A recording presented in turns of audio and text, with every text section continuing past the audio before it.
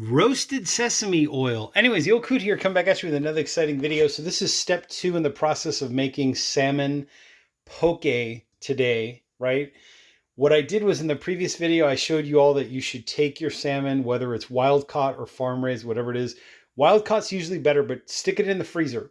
Even if you're doing this with tuna, albacore tuna, put it in the freezer overnight. Let it freeze rock solid. That basically kills off any bacteria, mold, worms, whatever that might be growing inside the salmon or whatever. The next day, take it out of the freezer, put it in the refrigerator, let it defrost in the refrigerator for 1 day. And then the day after that is when you can actually start cutting it up and putting it in there. If it's still partially frozen, that's even better because it's easier to cut and slice and whatever. So anyways, from the previous video, I showed you all the ingredient list. What I did was I put all that into a bowl to kind of marinate, mingle before I actually cut up the salmon and put it in there. So just to reiterify what I was talking about, I've got 2.5 pounds roughly of salmon. So that determines the tablespoons of the ingredients I'm going to put in. So 2.5 tablespoons of the furikake. I like this one because it has skipjack tuna in it, right? Dehydrated skipjack tuna. It's got your sesame, it's got your soybeans and wheat. This basically gives it that poke kind of flavor-ish-esque. You know, different people make it in different ways, but you could buy all those ingredients separately. It's just boom, one product has all that. I'll put links down below in the description. Then I put 2.5 tablespoons of rice vinegar. I like this one. It's the best bang for the buck. The natural is usually what I get, mild and mellow. I don't get the seasoned one or the flavored one because it just has more sugar in it, and I'm trying to avoid the sugar.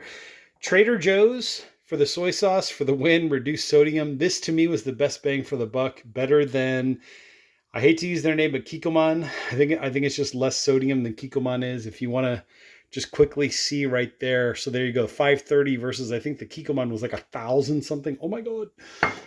The Kick, this I'll probably put like a teaspoon in, which I already did, but this is the brand that I like. It's basically the red pepper powder to give it a little kick, a bite, some heat. Then honey, I'll put 2.5 tablespoons of honey in there. So basically it's 2.5 tablespoons of the liquids and then 2.5 tablespoons of the furikake, and then it's 1 teaspoon of the chili powder. It's all to taste. If you don't want the heat, if you don't want it, you don't have to put it in.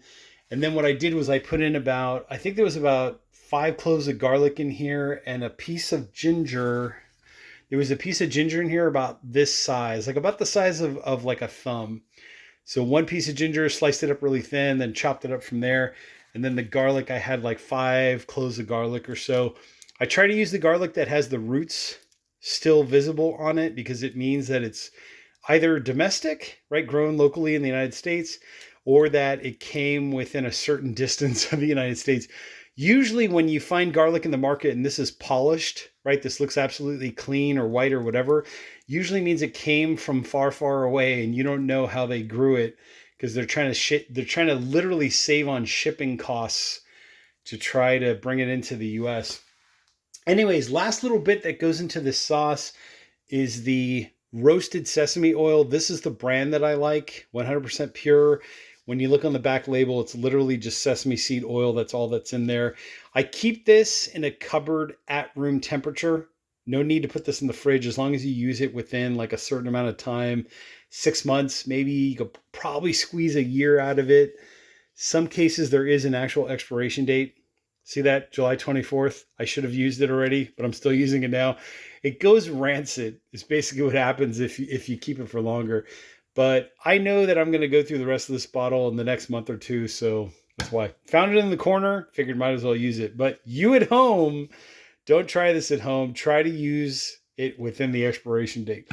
Then I added a few extra little, kernels of roasted sesame seed in there just to give it a little extra kick. So that's basically what's in there. And then there's some cilantro. I ran out of cilantro. I only had about maybe a tablespoon or 2 worth. So I put that in there. But if I had more cilantro, I like the grassy smell, the flavor, the aroma, the little bit of that grassy bite, that fresh effervescence that it gives to, not effervescence, but that fresh bite, that grassiness that it gives to the poke. So if I had more, I would have put more in. But yeah, the sauce is marinating. It's thickening up. You know, right now we're about 5 minutes into this process. So by the time I cut up my salmon and put it in there, everything should be ready to go. Stick all that when it's all said and done in the fridge for about, an hour to kind of chill, the flavors commingle, marinate all together, and then it's okay to eat. Usually, in terms of spoilage, salmon poke, after I've made it, right after the whole process is said and done, it'll probably last a day or two. Anything past that, it starts getting slimy and weird and kind of, yeah. So usually within 24 hours to 48 hours, I will consume my salmon.